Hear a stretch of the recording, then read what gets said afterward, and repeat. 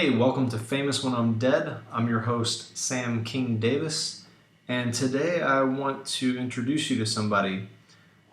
This next guy has been working in the caricature community for years now, kind of under the radar.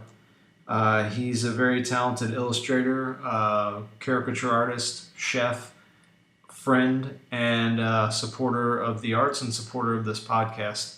So today I want to introduce you to Lars Erik-Robinson.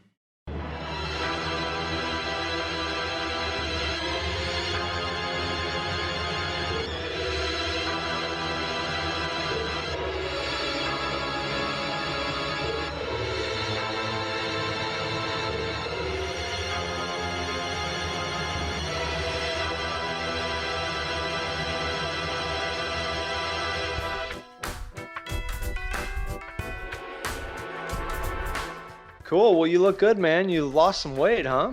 Oh, totally. Yeah, you lost like a lot of weight. Totally, man. Let's do your cup, man. Remember the cup I bought from you? Yeah. You want to start off with the Famous When I'm Dead cup? Oh yeah, is it? You see it? It's coming out. Not See if it yet. comes Not up. yet. Pull it away Not from yet. the screen a little bit. Yeah. So it comes up. It takes Maybe a the minute, coffee's already cold already, I guess almost. Oh yeah, it's got to be like piping hot for it to work, huh? Yeah. Oh, that's a bad advertisement. It's a good thing I No, stopped selling. it's coming out. Selling Weird. them. You stopped selling them? Now here it comes. Yeah, I closed my Shopify store because I just didn't Coming up. have time to get the. Oh, there we go. Yeah, that's cool. Definitely awesome. No. Why did you close the Shopify? Nobody was It's buying anything anyway.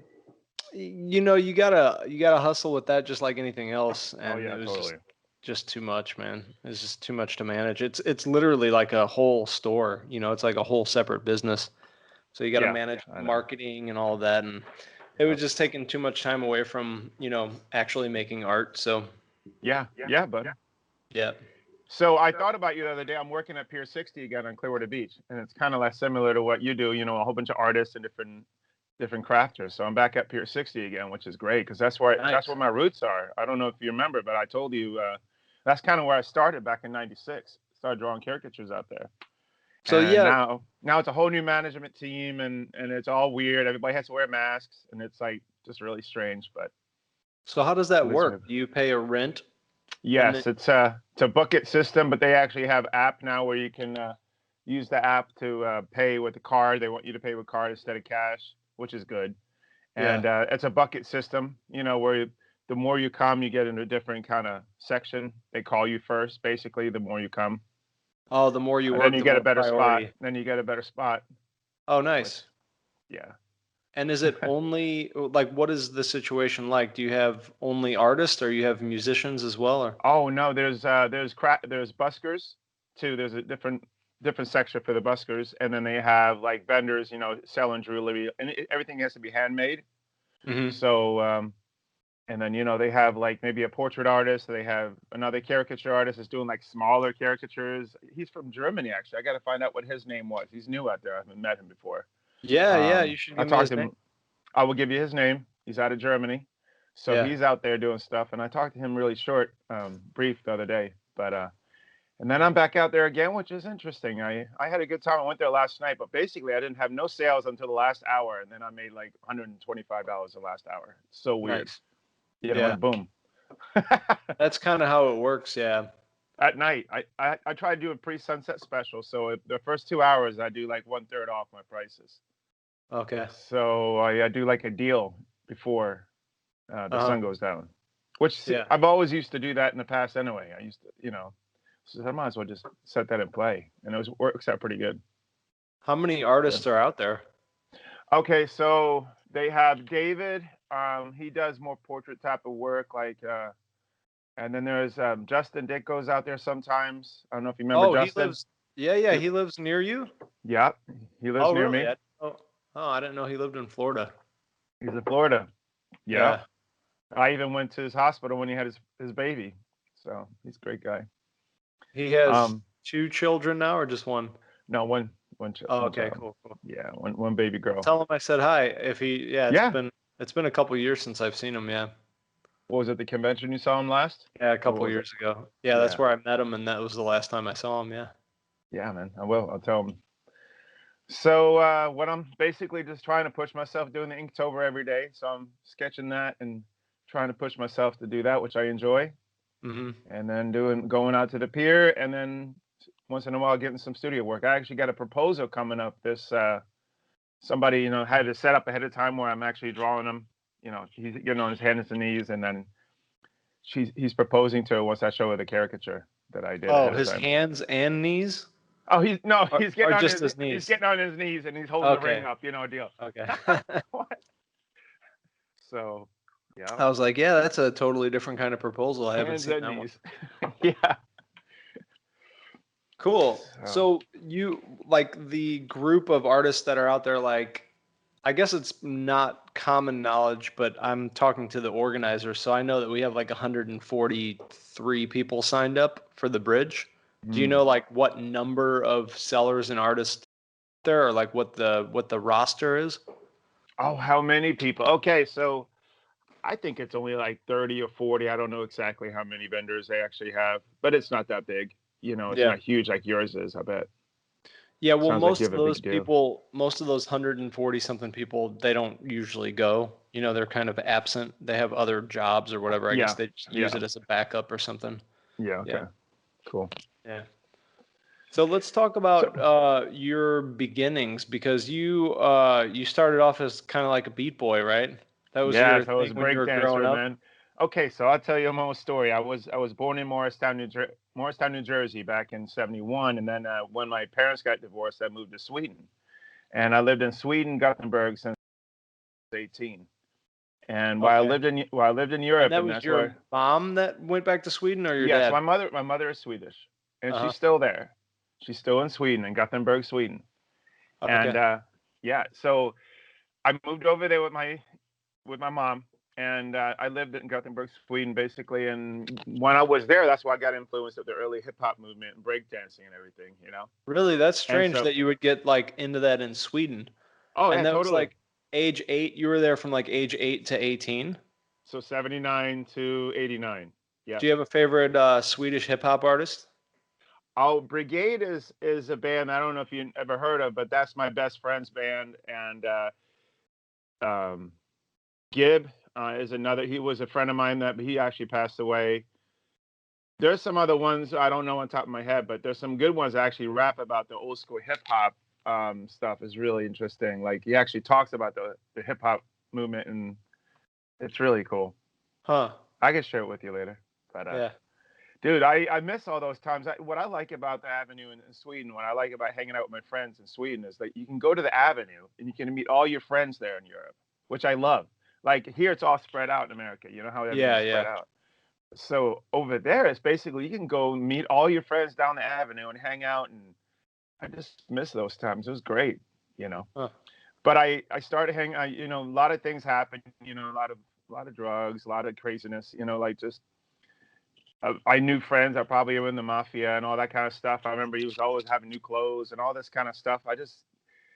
It got pretty bad. Now, So I Sweden is pretty close to Russia. Now, are you talking about the Russian mafia or the Swedish mafia? this one, it's yeah, more like Middle Eastern kind of mafia. Oh, Like a really? lot of Middle Easterns moved up there during the Oh, 70s and okay. 80s.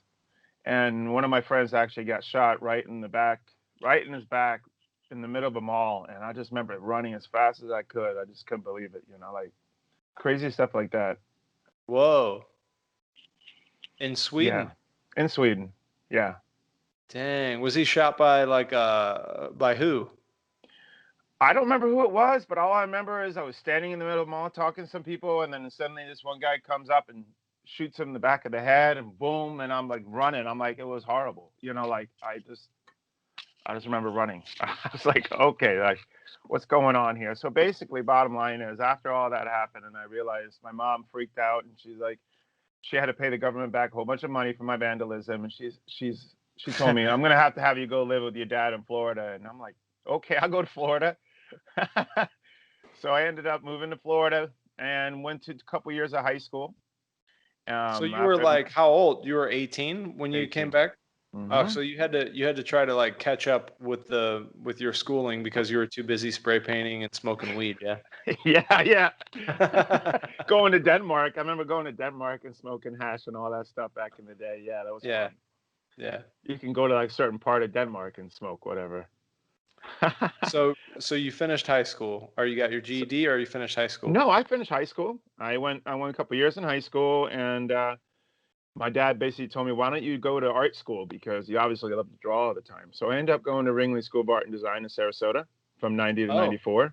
cool. So I went there for illustration, What is and that like like? That's a private college, obviously, yeah. yeah, Any it was a private art school. It was made by Ringling Brothers back in the day, but now it's a private art school, and it Did was they great sell it? going to that school. No, they still. I mean, back in the day, it was originally founded by the Ringling Brothers, And it was like and mainly then like circus arts at that time. yeah, in the early days it was, but it was also he likes the regular arts too because he has a museum in Sarasota. There's a fine art museum over there with a whole bunch Uh-huh. of Rubens and nice paintings over there in Oh, Sarasota. cool. Yeah, because Ringling Brothers is like the circus side of it is out of business now. I know it's so crazy. That's so sad. I mean, Yeah. I don't understand that. I mean, there's a lot of things I don't understand with Well, it's everything with just the movies. I animal. mean, I get it, but yeah, you can't have they're all animal rights. You don't want to have anything with the animals. I get it. So Yeah. a lot of frustrations with all the changes happening now with not be able to go to the movies and all this COVID stuff is just driving me Yeah, the nuts. ring I can't. they shut Yeah. down before that, Oh but yeah, I know. I don't know. I mean, who doesn't want to see a bear riding a bike? I mean, come on, man. Exactly. Right. I was bummed because it came to St. Louis for a while and I missed it. I was too busy. I didn't make time to see it and I was like, Oh I'll see it next time yeah. it comes to town and then like it shut down right after that. Oh So wow. Oh man. yeah, yeah, it seems like they could have come to a compromise, but because there is that argument too that like, well, if a kid sees an elephant in the circus, like they're gonna have some kind of affinity for that animal, and they're gonna be more likely to be active in protecting that animal when they become Yeah. adults. Yeah. But Exactly. Right. so kind of Yeah. like ending that, but it is at the same time it is cruelty. I mean, you really gotta beat the shit out of a bear or an elephant to get it to ride a bike. you Yeah. know? I know. Yeah. You would think so, right? That's crazy. What do you think So about my little 5 o'clock beard thing I'm trying to do? It's like a COVID thing. is that a 5 o'clock or is that I don't a know. It's exactly five 2 week, weeks. five This is day? 2 weeks, 3 weeks. I can't Yeah, grow anything. that's the Swedish full beard right there, I right? don't get it. I'm supposed to be a Viking, right? I mean, what's up with that? So how, So, speaking yeah. of that, like how much of your relatives or are you like pretty connected with them in Sweden? Oh, yes. So my mom still lives in the middle of Sweden. She's in between Gothenburg and Sweden, in a town right where the lakes are. I don't know if you have Sweden is, but in that area. I know where it's And at. Yeah, okay, but yeah, I don't know the land very well. But yeah. her sister's still there with her husband, and then I have Charlotte, which is my cousin, and she has a few new kids and everything. And I really get upset when I kind of talk about Sweden because I really want to try to make it back over there, but I just never seem to have enough money to be able to travel back to Hmm. see them and see some of my friends. And it kind of upsets me that I can't. Something's always happening. New alternator in my car, just always life, like. Yeah. I can never seem. I even try to do like. I, I even said I would do like an art show over there and try to see if I can get a GoFundMe together to see if I can raise money to get back over there for some kind of event or whatever. Hmm. But Hmm. trying to work on that. I think that'd be great. A lot of my old school hip hop friends and everything. And I did like a b-boy poster because they had like a reunion over there and they kind of want me to come to that and I couldn't make it, but I did like a poster design for it with like old school b-boys, scratching and everything. It came out really Yeah. cool. I tried to do it like graffiti style to it. That was Did you fun. scratch? Did you do the like? Were you No, DJing or? I never went that way. My best friend Christopher Ratcliffe, he went that direction. I remember giving him like one of my old plastic record players, like a record player, and he's scratching on that thing and going like crazy. Now he's like a producer for Full Bore Productions. That's what it's called. He does a lot of beats for like Ill and a lot of different rappers over here in America. So Wow. Ludde is another friend of mine, and Christopher Ratcliffe. They're both like doing like some really awesome beats now. Nice. That's So cool, man. it's so amazing to see like what happens, with people and how you evolve and how just starting from a talent, just messing around, just like we all do, just messing around drawing, and how it turns into be like a profession for people, and Yeah, it's yeah. great to see. Yeah, I You mean, know. if you can contact one of them to send over an emergency beat, I can put it as the intro to the I podcast. will sure do that. I will But you contact got them to and get tell it them quick that. because I'm editing today. I'm gonna release it today. I'll So message them. Yeah, I remember. I'll remind myself right now. because Remind me to contact Full Bore Productions today. Okay. Done. maybe he can shoot you over a beat and then I can Yes. edit it in. I'm gonna release That'd it be today. great. So you Oh, got wow. a few hours. But Okay, you got it, man. yeah, So anyway, going back to Sweden, I'm so happy with the experiences that I had living there and being a part of the early hip hop movement, and just remembering how it was to go out and break dance in the avenue, and hanging out with my friends, and on during the week saving up money to get spray cans, and stealing perfume bottle tops from perfume caps to get the thin lines, and everything, get the fat lines. Now it's totally different. Now people can go buy you caps, and they have special spray cans made just for graffiti artists. So it's yeah. totally different, like I have a friend of mine over here that has a spray can store, and I can go over there and get some Montanas and all that stuff. But it's back in the day, man. We just like, I remember we went down to the shore where the boats are, and there was this one shed that had old rust proof cans. So all rust cans. Rust-Oleum. Rust-Oleum, but no, it was more of a red color, and it looked like it was rust. And they use it to spray the boats with before they put a paint on it. And I remember getting a score on those, and I used those to tag and do underpaintings with a lot. And it was so funny because nowadays they see my crayas. I used to tag wild crayas, and that was my tag. And people see my crazed or crayas tag everywhere over there still, and they say, "Oh, I remember that Rust-Oleum, the rust red tags are still everywhere." So some of my friends tell me it's still over there. Oh So my gosh. that's crazy.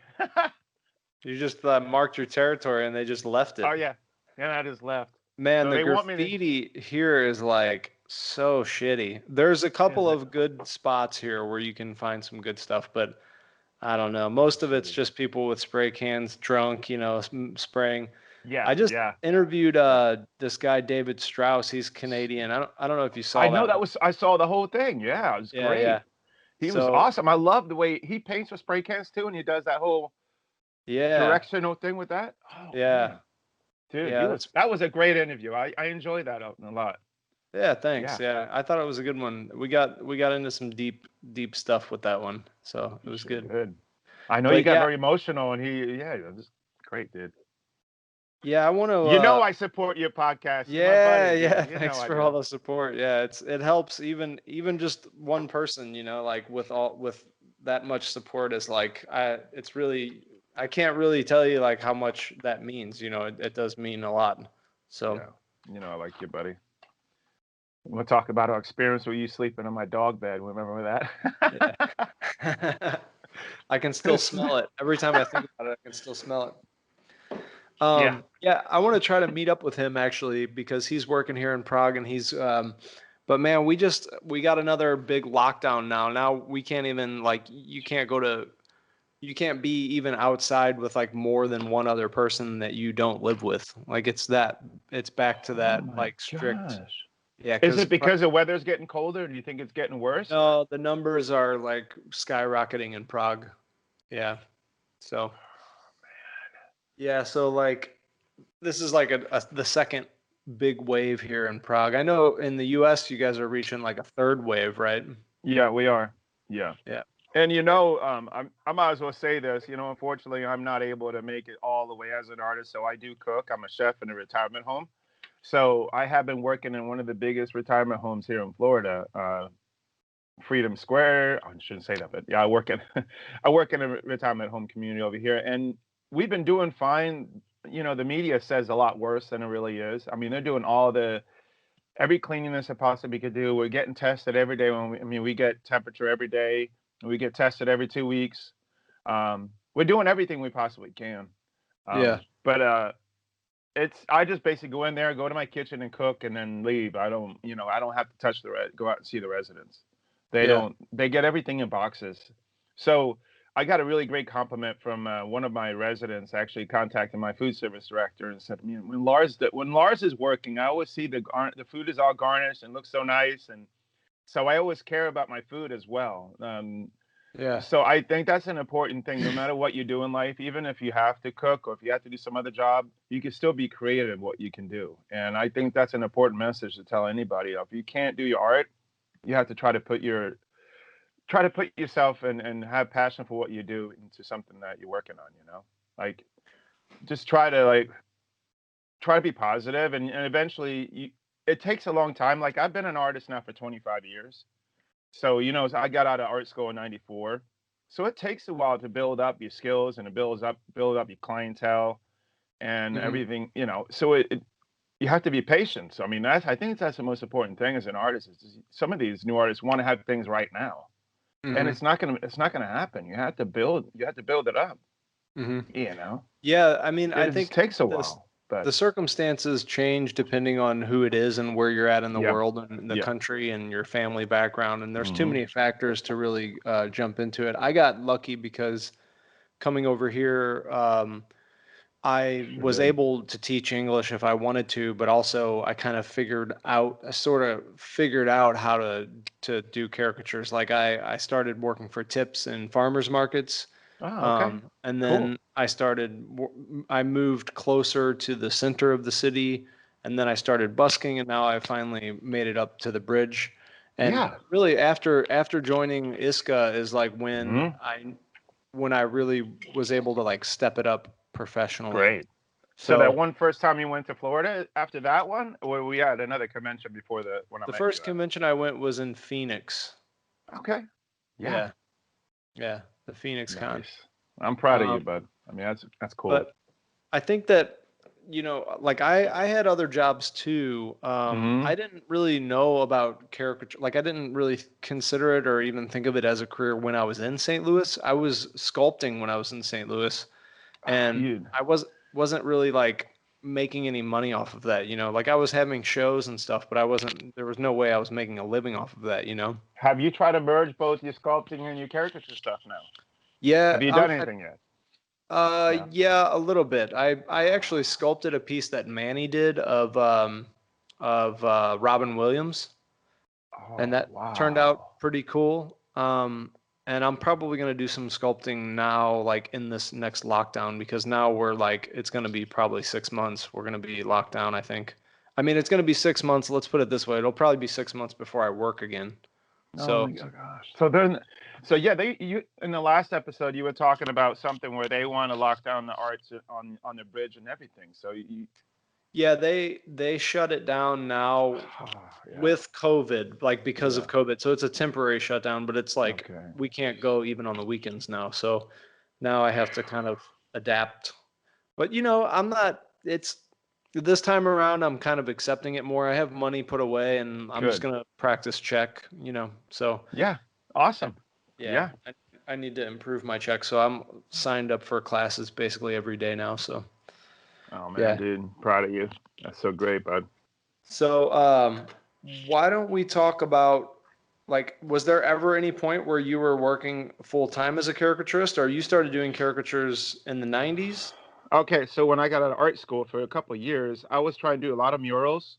Maybe for year and a half or so, I was doing mostly murals, and I was trying to get portrait work and all that kind of stuff. And I remember going. I Were remember you when I getting got out of art paid? school for doing murals. Yeah, Oh, yeah, nice. I was getting decent amount of mural work when I first came out, and doing the lettering and airbrushing and stuff like that for Uh-huh. for like restaurants. I did Irish Cottage Cafe, and I did all the sign work and all some artwork inside their Irish Cottage Cafe in Newport Richie. 30 something Pub and Grill in Bradenton. I was getting a lot of different mural work, and they had their big truck, and I painted like some stuff on their like a truck outside, so they had that outside so people could see all graffitied up and everything. It's fun. Nice. Um, That's in Florida? yeah, over in Florida. Yeah. And I sometimes get mural work, doing that. I hardly never get requests for airbrushing that much anymore because people do vinyl work. So that's kind of died down. Uh-huh. Lettering work with the vinyl. Hardly nobody does vinyl lettering anymore. And that was something I did too, Oh, okay. with the one-shot stuff.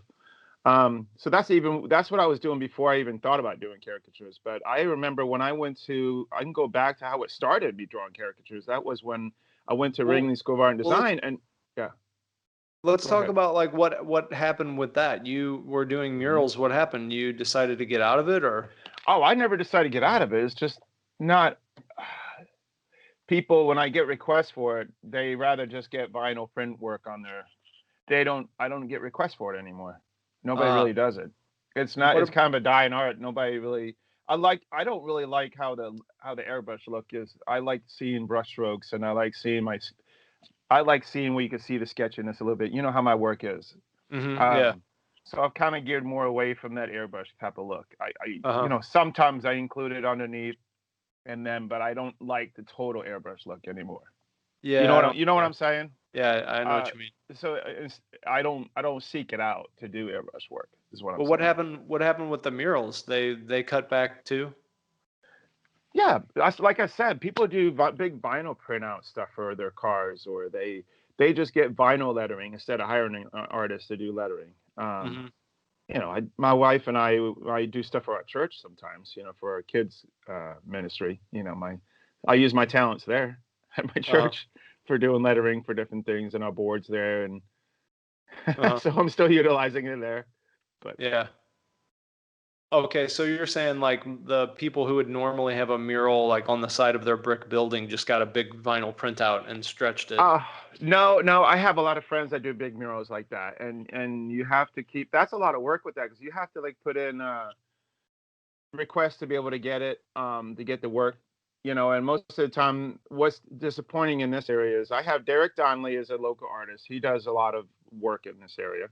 He's great. I have Aurelius who does like robots, and I do like an art show with him every year. He does like different robot themes. I don't know if you ever heard of Aurelius, but Mm-mm. he's a shout out to him. He does stuff, and then Jennifer Chandler, she does an art show all the time at a bar 548, which is down in St. Pete. So I every year I do a robot themed art show over there. So I do some kind of piece for that show to be able to, um, because I like going to see some of my artists over in St. Pete area. I live in Clearwater, Largo area, which is a little further away from St. Pete.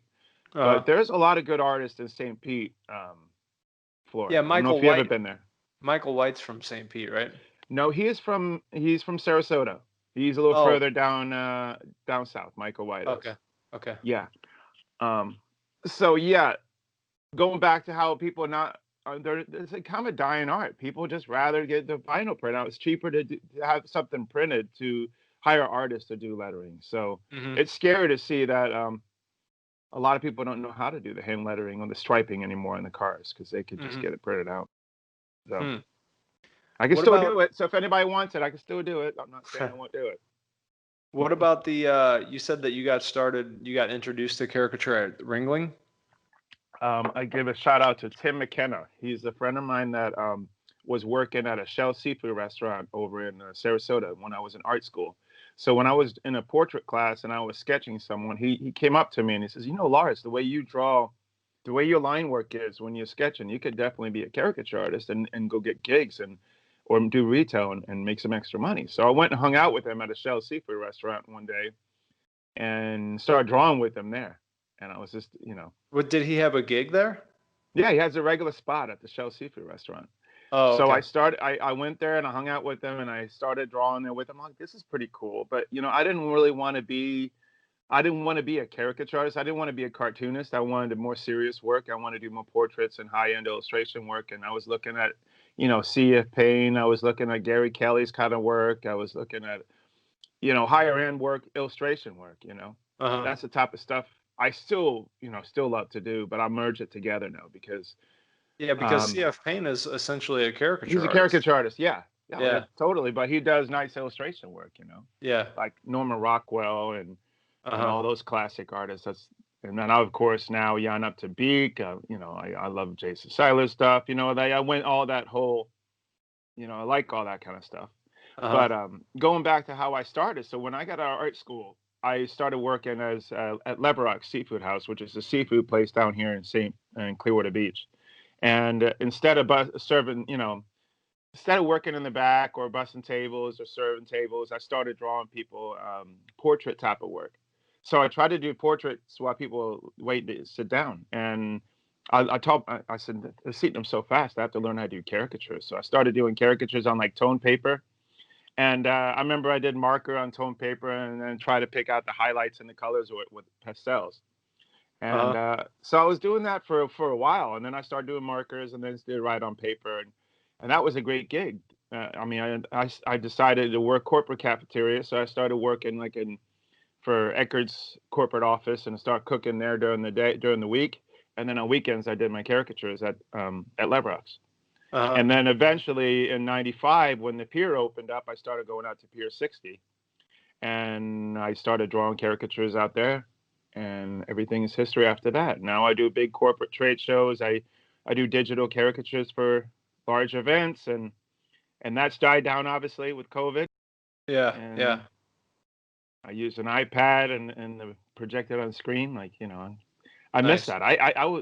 I really enjoy going traveling around doing the digital caricatures because you hang out with the sales guys and go out and eat real nice and Yeah. good times. But Yeah. Did you see the interview I did with Dan Cakes? Dan Cakes. I'm not sure if I Oh, remember I'm that. surprised you missed that one. I think. That might be right up your alley, man. He makes these really great portraits from pancake batter. Oh, I did. Yeah, I was meant to see that. I haven't seen that yet. That's Oh cool. I man, want to see that. that would be perfect for you, man, I'll because go it would check it out. mix the culinary and the caricature thing together. Yeah, I wanted to look into how to do that. I'm gonna watch that. I meant to watch it. I haven't had a chance yet. But He does. yeah. He's got some online classes, I think, and then he's also got just some tutorial videos to get you started. Mm-hmm. I was Nice, thinking, dude. I was thinking of doing that. I'm considering like all my options now because of COVID's kind of like Yeah. forced me to restart, and rethink things. But that would be right up your alley. Oh, totally. You Because like pancakes? oh, I love pancakes. If I could, I have to do it keto style because I'll tell you the reason I'm on my diet because I lost a lot of weight and probably you could tell. My wife has been on keto for 2 years, and she has lost a lot of weight, and I'm very proud of her. And she had diabetes, and she no longer has diabetes because of it. Wow. And so my son took me around the park, and he gave me this guilt trip, and he's like, Dad, when I have kids, I don't want you to be like I want you to have energy to be able to play with them and stuff. And I'm like, what? I'm like, I will. And like, so he gave me like a face of reality. It says, I gotta probably do something. So it's not that my Oh, wife told me. he shined the light on you, huh? He saw me, not necessarily my wife, but it's more my son. But I was like, okay, wow, that's kind of crazy. So let me see what I could do. So I just basically said, okay, I'm gonna do what mom's doing and try to do it for 4 months. And now I'm down to low carb and I'm just kind of watching how much I eat. I can still have like Diet Cokes and diet sodas and stuff, but Hmm. keto, you cut out all the carbs, and you don't eat much rice, you don't have rice at all, really. Yeah. But dirty keto, you can have Diet Cokes but it's pretty good. I definitely recommend it and fasting sometimes is great. And I know you're knowledgeable of that too. I think you do something. You told me you do Yeah, some but kind I'm of off diet. of it. I'm off You're it off of now. it? Yeah, yeah. And I'm like totally I'm an animal. I have no like that's not true. I have some self-restraint, but man, yesterday I bought a box of cinnamon toast crunch. Oh, And oh yes. man, that's the Ate that bomb. whole thing. Cool, dude. Last night I had a donut and I mean, I'm like, yeah. For me, Oh. like I realized today, I was thinking about it today. I'm like, man, if I don't like for me, if I don't have like if I don't set very strict boundaries for myself, it's like Mhm. forget it. I know, man. Yeah, one day my friend, my dishwasher, Herbie, that I work with, he's been there over 32 years. And I ask him, he always walks over to Taco Bell every day. And I said, get me a Diet Mountain Dew when you go over there. He goes downstairs to the vending machine. And I just ate a chicken salad I had a salad sitting there. He puts the soda right down in front of me. And I'm like, you devil, why would you do that? I'm like, crack it up. And I'm like, Mountain Dew, it's like, He oh, gave you why would you do? an He actual gave me a Mountain real, Dew? actual Mountain Dew. and it has Oh. 78% sugar in it. I'm like, oh man, I can't believe. Then I had a piece of carrot cake, and then I had like a couple cookies after that, and I was like, Yeah, wow, it's dude. so addictive. This Your is like- body can't handle it, man. It's like No, immediate addiction. Yeah. totally. But so it's interesting though. I feel so much better. I used to be so tired working early shifts. I'm gonna come home, and that was the thing. It's like I'm just like tired. I'd lay down. But it's What a about game changer. are you intermittent fasting as well? I'm not good at that. Sometimes I can't last longer than 24 hours, and I have to eat something. But Oh yeah, yeah. Oh no, yeah, I mean I know. like 16/8. Or have you ever tried doing like just the 2 meals a day, like the 2 meals in the 8-hour window? Yeah. So I just eat dinner sometimes. I just have a coffee in the morning where I put the MCT oil in there and a little bit Uh-huh. of butter and But a that little kills bit of your pinch of salt. fast, by the way. That doesn't kill the MCT keto, oil? but it kills the fast. No, Does not it? the oil, but the butter does. Ah. Yeah. Okay. Have you done that coffee before? I did. I love it. I'm gonna probably go back to that. Yeah. I Okay. still have 2 jars of MCT oil in the kitchen. I have a coffee one. It's like a mocha kind, and then a regular one. It's like a flavored mocha kind. Have you ever No, had I that? just get the It's straight interesting. MCT Okay, oil. cool. Yeah. Yeah. Yeah. So yeah, sometimes I do that in the morning, and I won't eat anything till dinner. But yeah, Oh, so sometimes. that's like a 1 meal a day thing, but that kind of breaks it anyway. Yeah, Yeah, I know. for me, I can't decide whether I want to do the keto, intermittent fasting, or both, because I felt great when I was doing both. Oh, okay. Yeah. Yeah. So tell me a little bit more about what your plans are. I want to hear more about what you're gonna plan on doing. That was interesting. So you're gonna do more classes. What classes are you taking, Sam? Well, I gotta try to write down my priorities and kind of hash everything out because there's a lot of things that I could do. Mm-hmm. But I'm gonna focus on this podcast and try to bump it Yes. up a little bit better. I have, And I you want know, to help you, and I want to see what I could do we could work more together. Maybe we could actually do this podcast more together, actually, or something. Yeah, that'd be fun. You know, I can help you. Maybe we could I do it got together. to, I got about 25 interviews now, so I want to go through and kind of like make chapters for each one of the interviews and bump up the keywords just to help with the business side of the podcast and try to spread it a little bit more. Can you practice. how you doing on sponsorships? I mean, how does that work? I mean, you can't get that until you Nothing get certain yet. numbers. No, I mean you have to be over 1,000 subscribers, and you have to have like, I think I've reached the amount of views. I think you have to have 4,000 views. Oh, okay. I'm at like 5,000 now, so I think that I'm on that side, but yeah, I want to bump that up. Practice check, which is like, I mean, that's not a passive thing. That's like pretty much part-time job. Like every day you have to practice like hours every day to get it. So yeah, so that's going to take up a lot of time. And then and then I just need to recalibrate and figure out how I'm going to do like make money with caricatures. I'm going to probably do online gigs, and I'm thinking of doing like some teaching, some online teaching. There's a company here called like Courses for Pleasure, which is like, you can do any kind of art classes there. And I was going to go record like tutorial classes, and then they would sell those courses for me, and I would just get like passive income from that. But I don't think I'm going to be able to go and do the recording now because we can't meet more than one person. So, yeah, so I'm going to try to focus more on like tutorials. I'm going to start putting tutorials and like other types of videos, demos and stuff on the YouTube channel, and hopefully bump that up a little bit.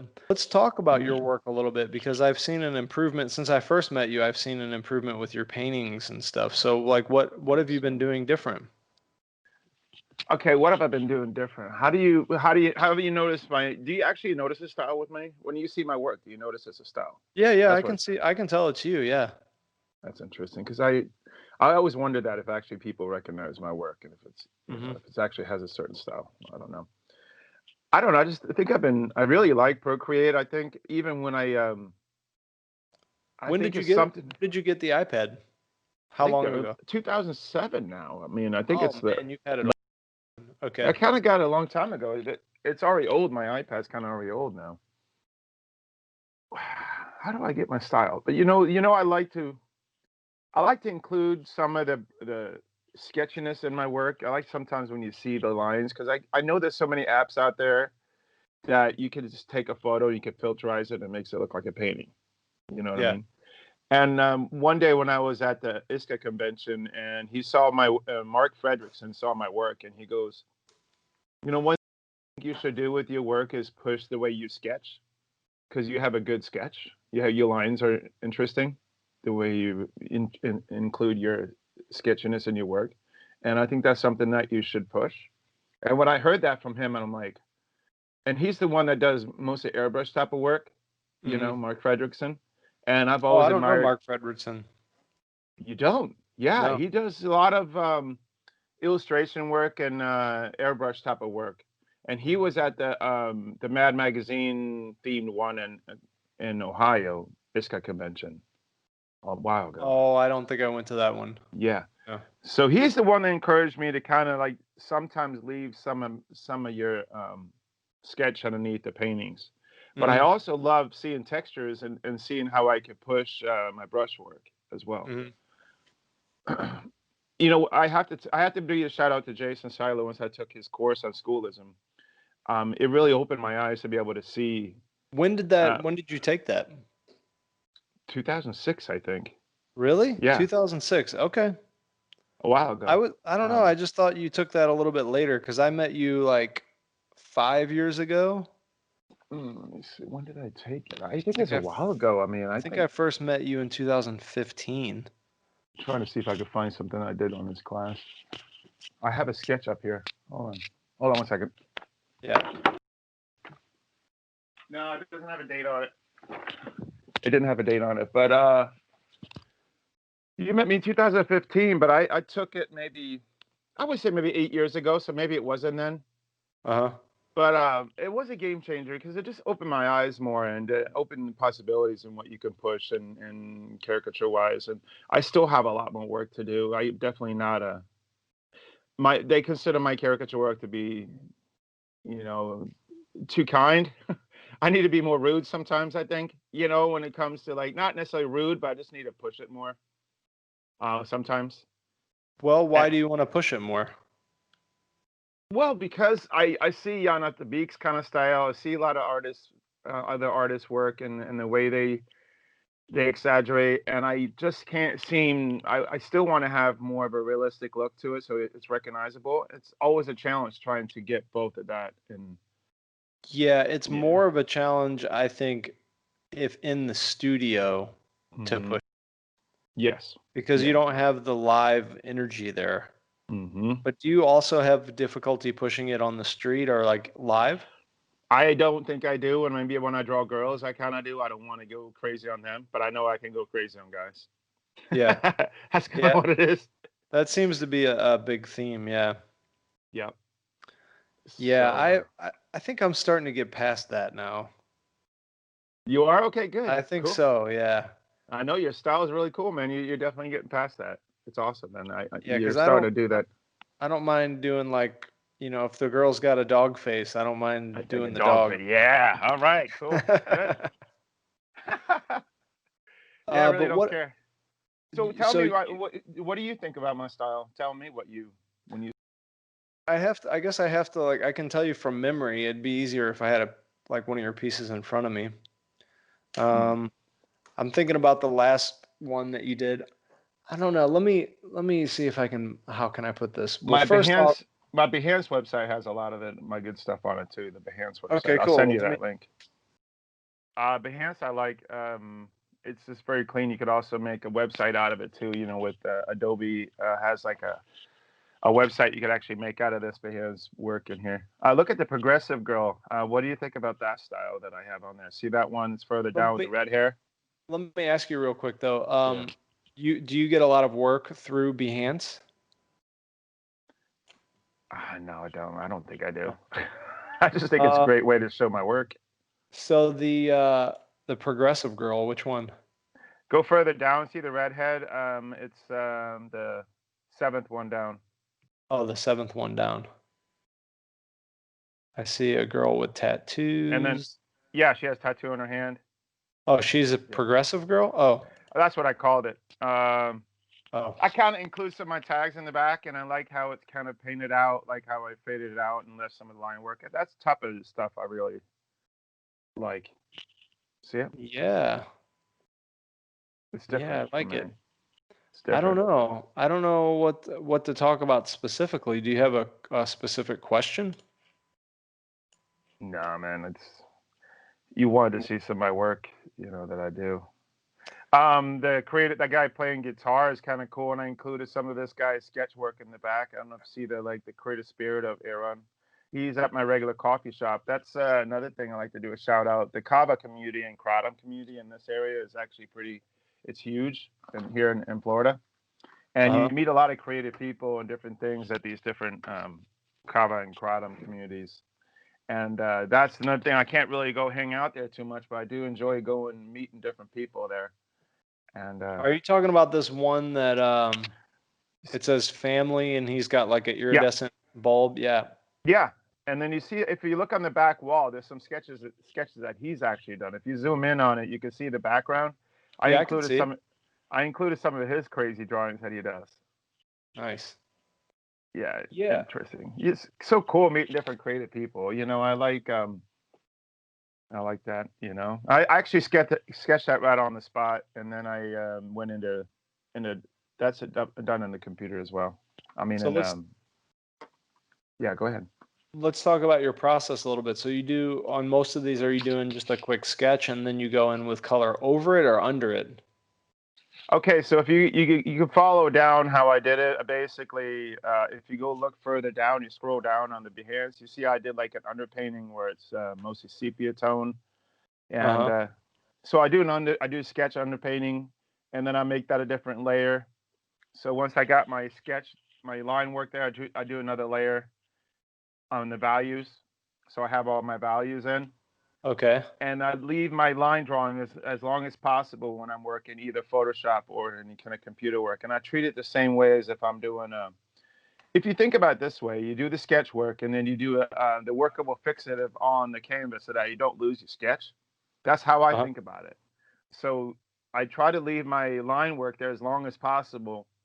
And then when I got my values in, I have like a 30% value in there, either whatever, if I'm doing sepia tone underpainting or if I'm doing a gray painting, you want to get the scales, the values in there and the highlights and stuff. And I do that as far as I possibly can.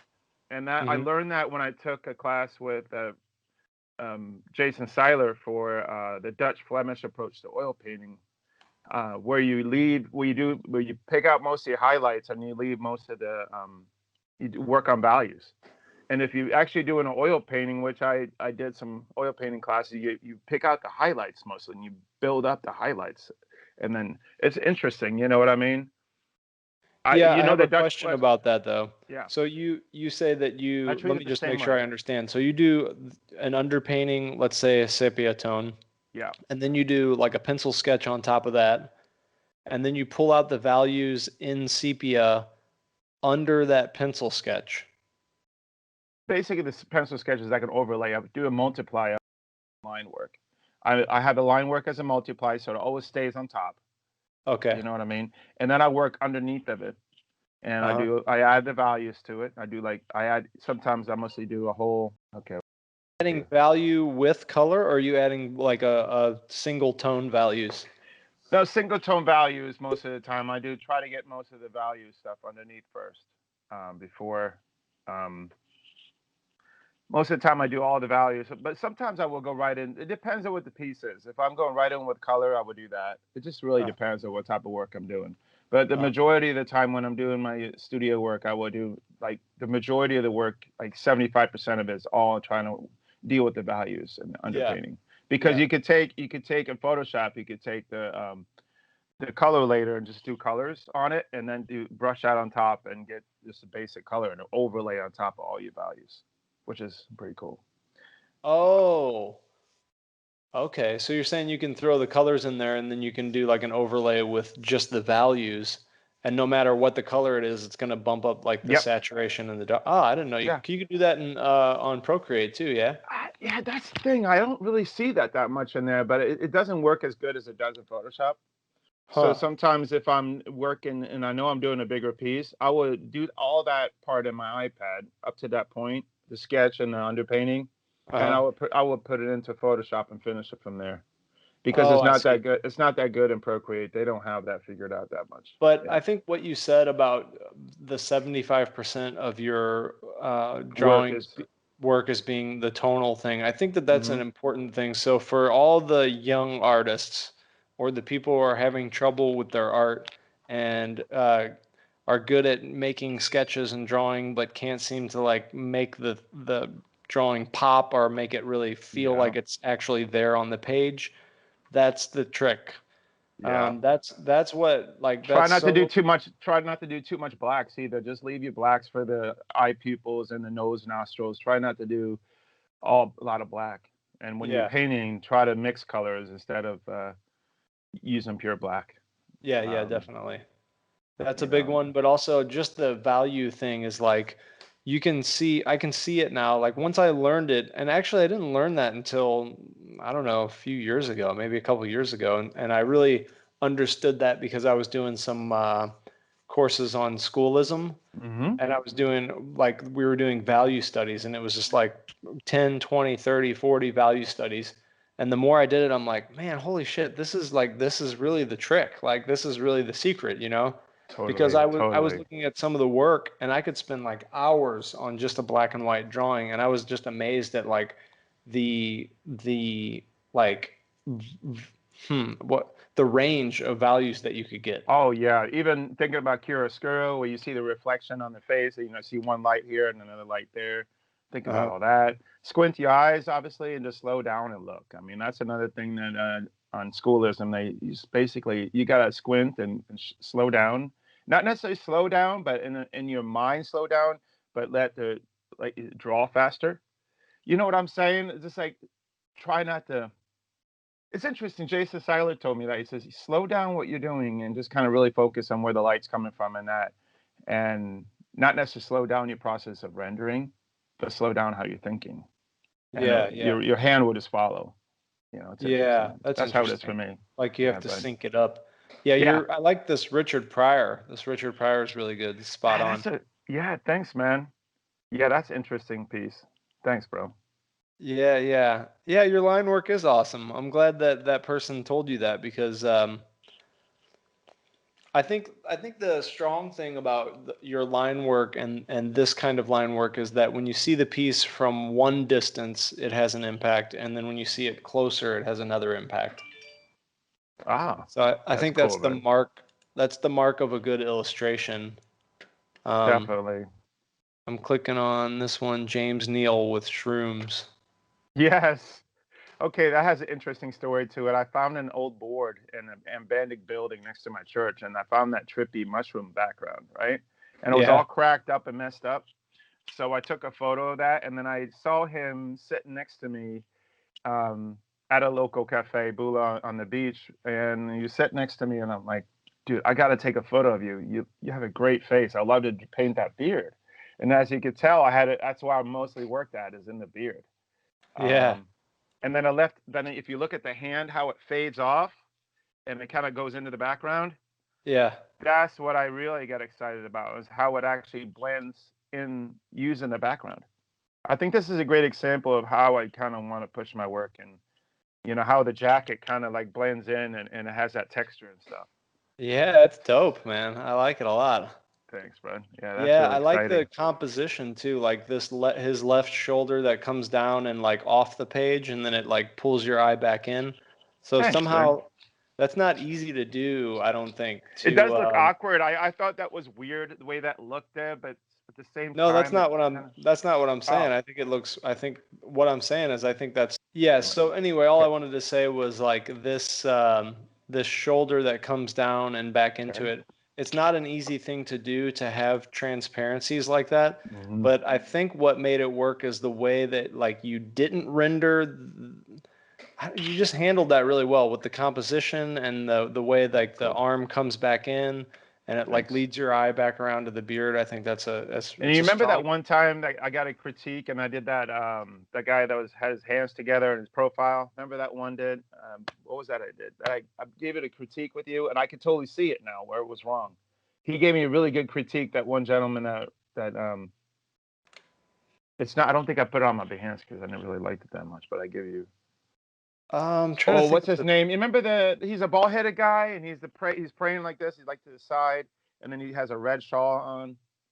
And remember, I Oh, didn't yeah, do the yeah, darkness in the corner that yeah, much. yeah. It was the Dalai Lama. The Dalai Dalai Lama. Lama, and I could definitely tell I could have pushed more of the values or I could have faded that out, and I see it now. And that was a great critique, which I like that. There's a lot of Man, things wrong with it. this one of Torrin Thomas is hilarious. Thanks, bud. Yeah, you loved it. Yeah, that's cool. I like how the way you have the light coming off the iPad too. That's awesome. Yeah. And I Yeah, included his work in the background. yeah, I he see started that. talking. Yeah, that's Yeah. dope, man. That's a nice job. That's fun. Thanks. I appreciate it, bud. All right. Well, Okay. great talking to you. Okay. Okay. Cool. Hey, this is great, man. I appreciate it. I've been looking forward to try having an interview with you, and I am very proud of you of pushing yourself with this, and I know it's going to make it, and this is going to be good. I appreciate you Thanks, doing man. this for our community. I really do. I appreciate it, Lars. Yeah, thanks Yeah. for being so supportive, brother. I try. If you need help with anything, let me know. Maybe we could do a food, do that. My idea that I have, maybe we can merge together with that cook art cast that I want to do. Yeah, Remember I was well, talking about that? I'm down, man. Come up with the concept and we'll do it. And also, check out that pancake video. I think you'll like I it. sure will. I'll check that Yeah. out and see if I can make a pancake. Yeah. All right. All right, buddy. Have fun Thanks, scrubbing that pool, buddy.